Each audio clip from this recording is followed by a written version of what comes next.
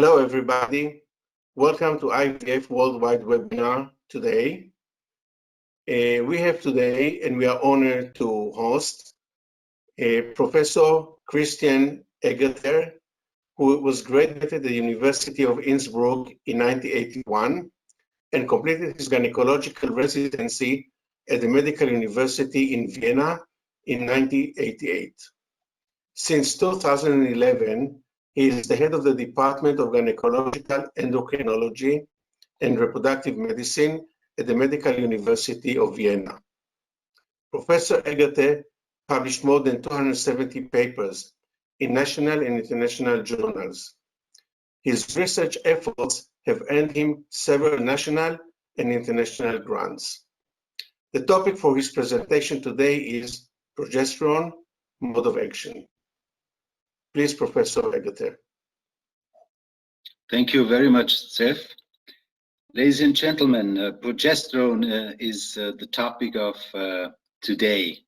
Progesterone is a steroid hormone, and the parent compound is cholesterol.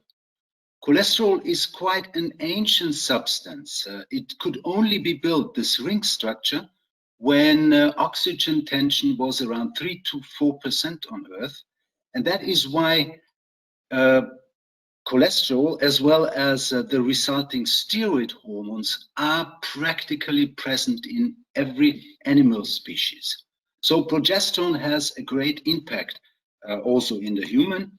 And as you know, progesterone needs a receptor to work within a cell. And we have actually two main types, the progesterone receptor A as well as B. Both display a highly conserved DNA binding domain and a less well conserved ligand binding domain. And the only difference between the two receptors is an additional activation function 3 in the progesterone receptor B. Actually, there is also another progesterone isoform, the receptor C, that is less well described. It doesn't display a DNA binding domain, and it's only present during pregnancy. So obviously, this subtype C has more a regulatory and modification activity. Actually, you have to imagine a progesterone receptor as a three-dimensional structure. And upon binding to an agonist, there is a conformational change. Especially this helix 12 structure is moving to a different position. And that in turn leads to free areas on the surface that may further interact with so-called cofactors. So what happens when a progesterone molecule comes into the cell? It binds to the progesterone receptor upon dissociation of so-called heat shock protein 19, which are chaperones, and then there is dimerization and direct transfer into the nucleus to the DNA, the so-called progesterone response element.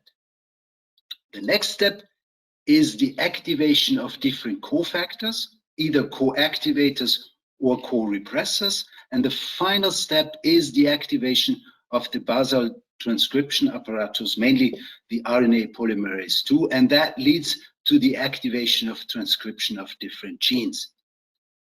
So what makes the situation more complex is that depending on the tissue you are, we have different concentrations of co-activators or co-repressors. We know about 100 different cofactors, and for instance, steroid receptor co-activator 1 is abundantly present within the endometrium, whereas subtype 3 is higher concentrated in breast tissue. So depending on the concentration of the cofactors, there might be some modifications of transcription in various tissues. And to see that the progesterone impact is really tremendous, it became clear when you watch the progesterone response elements throughout the many different chromosomes. As you can see here, there is a high number of progesterone docking stations at different DNA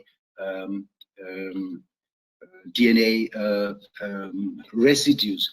So a very recent and highly interesting animal model demonstrates the huge impact of progesterone on different pathways.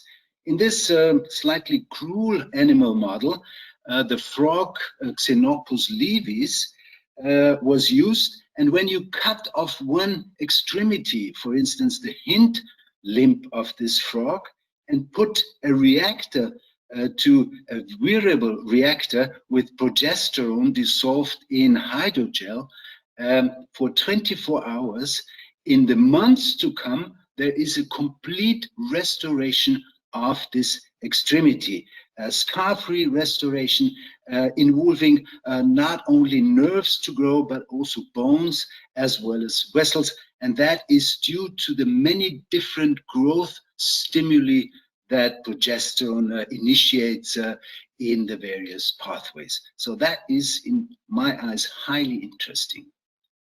But there is not only the classical pathway, the interaction of progesterone with the progesterone receptor and then the transfer to the DNA. This progesterone receptor complex may also interact with different other structures, such as, for instance, tyrosine kinase receptors, and that leads to a non-genomic pathway via the MAP kinase pathway, again initiating different transcription factors. And finally, we also have a membrane-bound progesterone component that also leads to more rapid intracellular effects.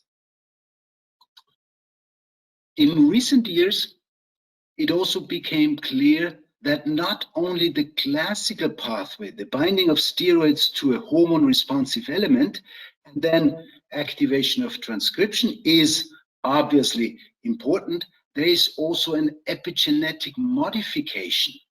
So we know that progesterone may modify DNA methylation as well as histone acetylation. Both are important pathways of epigenetic modifications. And even more recently, it became clear that there is also a way after transcription to modify the translation into a protein. And we know that progesterone may induce different microRNAs that are small pieces of messenger RNA that interact with the messenger RNA and may lead to a partial stop or even a degradation of messenger RNA, and therefore a blockage of the translation into a protein. So these epigenetic modifications are especially relevant, for instance, during pregnancy. We know that progesterone, which is one of the most important substances to keep the uterus quiescent, when binding to a progesterone receptor, induces a specific transcription factor, which is called SEP1, zinc finger E-box binding homeobox, which is located at chromosome 10. And by inducing this transcription factor, there is an increase in microRNAs, the 200 family, and that in turn leads to a downregulation of contractile gene expression. And that is probably the mechanism why the uterus and the smooth muscle cells do not contract too much during pregnancy. But these microRNAs are also important concerning implantation. We know that messenger RNA stability is important in different aspects, such as, for instance, inflammatory, but also apoptosis, neoangiogenesis, and cell proliferation and differentiation throughout the whole cycle. So we have many different effects of progesterone. We have the reproductive effects, and we have effects on, for instance, the central nervous system, recent studies have shown nice effects concerning neuroprotection, as well as an influence of progesterone on body temperature control. All gynecologists know that. And there's also an effect on respiration or pain perception.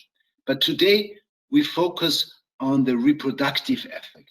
And progesterone is essential, especially concerning the secretory transformation of the endometrium, decidualization, implantation, as well as immune modulating effects that are involved with the implantation, and as shortly noticed, the contractility of the uterine muscle cells. So during a normal cycle, there is a lot of change in the endometrium. In the proliferative phase, there is an increase in estrogen production, leading to a strong impact on cellular proliferation and growth, as well as angiogenesis. Then there is the LH surge, and thereafter there is an increase in progesterone production, leading to a perfect so-called window of implantation, which is around 6 to 10 days after the initial LH surge. And progesterone within the secretory phase leads to a glandular secretion and the stroma decidualization, as well as immunologic effects. So in the proliferative phase, estradiol is essential for endometrial cell proliferation, and we have actually two different layers. We have the superficial epithelial cells and the underneath stromal cells. And there is a specific estrogen-dominated cytokine production in these two layers. But when progesterone production is increased, different regulators are induced. There are signaling molecules that appear like Indian hedgehog or HAND2, which is heart and neural crest derivative 2, and a specific cytokine pattern is present under the influence of progesterone that not only changes the epithelial cell differentiation as well as initiates stromal deciduation, but also is interacting and attracting immune cells from the circulation, such as macrophages or dendritic cells, and also the natural killer cells that are present within the uterus, leading to a receptive endometrium and successful implantation.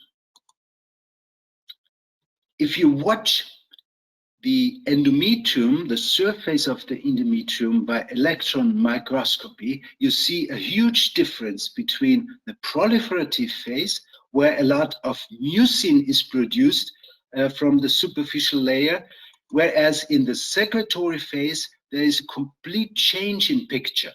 Here we see the so-called pinopods, which are protrusions of the epithelial layer of the endometrium and are the perfect place to interact with the trophoblast. So here you can see this pinopod that is interacting already with two different trophoblast cells. So the mouse model is usually a perfect model to investigate what actually happens during this optimal window of implantation. There is a lot of crosstalk, not only between the embryo and the endometrium, but also between the epithelial layer as well as the underneath stromal cells. And during a more estrogenized situation, there is a lot of estrogenic driven proliferation, as well as production of this mucin on the superficial area of the epithelium, which actually keeps microorganisms or also trophoblasts at a certain distance. And that is driven also by stromal factors such as fibroblast growth factor that induces especially the estrogen receptor. And then when progesterone is becoming more and more predominant, there is an increase, first of all, in progesterone receptors, and then via signaling molecules such as Indian hedgehogs, there is an increase in nuclear receptor factor 2, family 2, that in turn leads to a decrease in estrogen receptor within the epithelium, and also a decrease in fibroblastic growth factor, and that leads to a shift in a more progesterogenic situation, and further on via the bone morphometric protein as well as wingless and also HAND2, there is the initiation of decidualization right at the window of implantation when the embryo approaches the inner surface of the endometrium.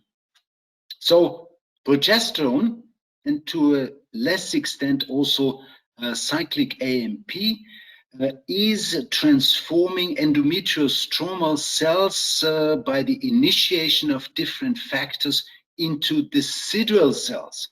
And then these cells produce decidual-specific factors such as prolactin or insulin-like growth factor binding protein 1.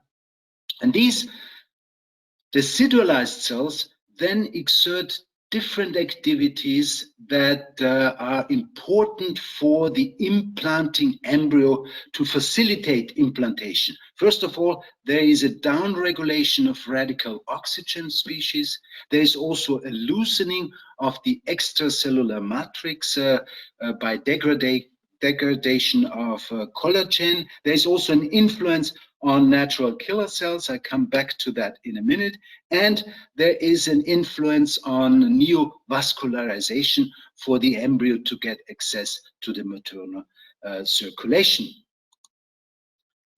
Here, the trophoblastic invasion in a timely and gradually developing situation. First, pinopods appear. Then there is a lot of cytokine signaling, especially the LIF factor, the leukemia inhibitory factor, is upregulated massively during the optimal window of implantation. There are also receptors on the outer side of the cytotrophoblast for interaction. And then there is adherence of the trophoblast to the pinopods, a lot more of cytokine and chemokine production from both sides. And finally, there is the invasion of the trophoblast and the end of the window of implantation. So the timely and gradually network of progesterone-dependent factors is really necessary for successful implantation. And one of the most important trigger is the ratio between the estradiol production as well as the progesterone production, which is highest in that window of implantation, whereas the estrogen production is downregulated, at least for specific intervals, so the implantation may not be disturbed. There's other important impact of progesterone concerning the establishment of a successful pregnancy, and that is the impact on immunologic reactions. As you know, the fetus is actually a semi-allogenic tissue, and there should be a protective immune modulation of the mother, and that is also triggered by progesterone, because progesterone leads to an increase in so-called asymmetric antibodies that do not display cytotoxicity or phagocytosis. And there is also an induction of blocking antibodies to mask the fetal antigens.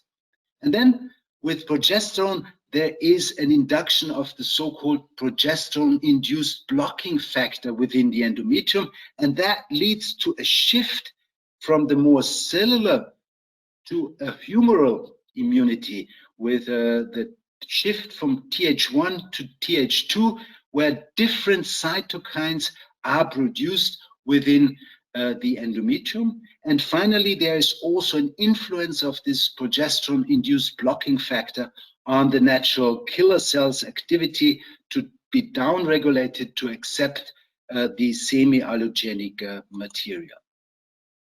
And that, again, can nicely be demonstrated in a mouse model that progesterone leads to desidualization, which improves trophoblastic invasion. Then we have, via epigenetic silencing mechanisms, a different pattern of cytokines, a shift from the Th1 to the Th2 state.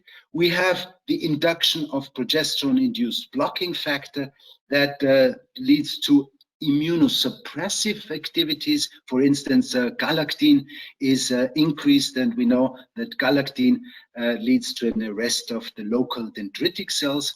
And finally, progesterone also modulates maternal immune tolerance by, for instance, increasing local recruitment and generation of T regulatory cells.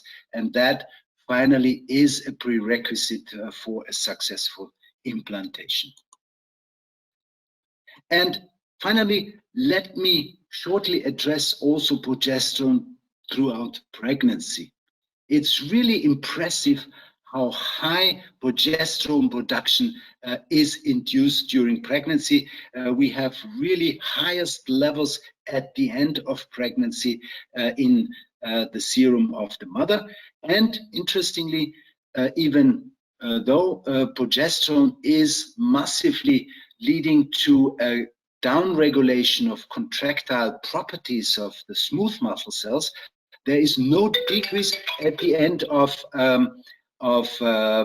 pregnancy in progesterone concentration in the maternal circulation. So progesterone, which is produced within the placenta in increasing amounts out of cholesterol, leads to uterine quiescence. And not only the parent compound itself, but also, for instance, the 5-beta-dehydroprogesterone is important also for down-regulating contractile activity. And of course, there are also other metabolites, such as, for instance,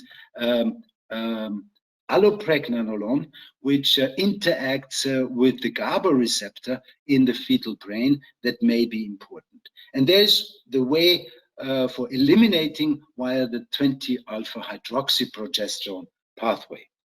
So progesterone increases during pregnancy, and the reason why it leads to a relaxation of the uterine smooth muscle cell is the induction, especially of this transcription factors SEP1 and 2, that leads to an induction of microRNAs, and that in turn leads to a downregulation of contractile associated proteins, of the master switch in inflammation, the nuclear factor kappa B, as well as prostaglandins.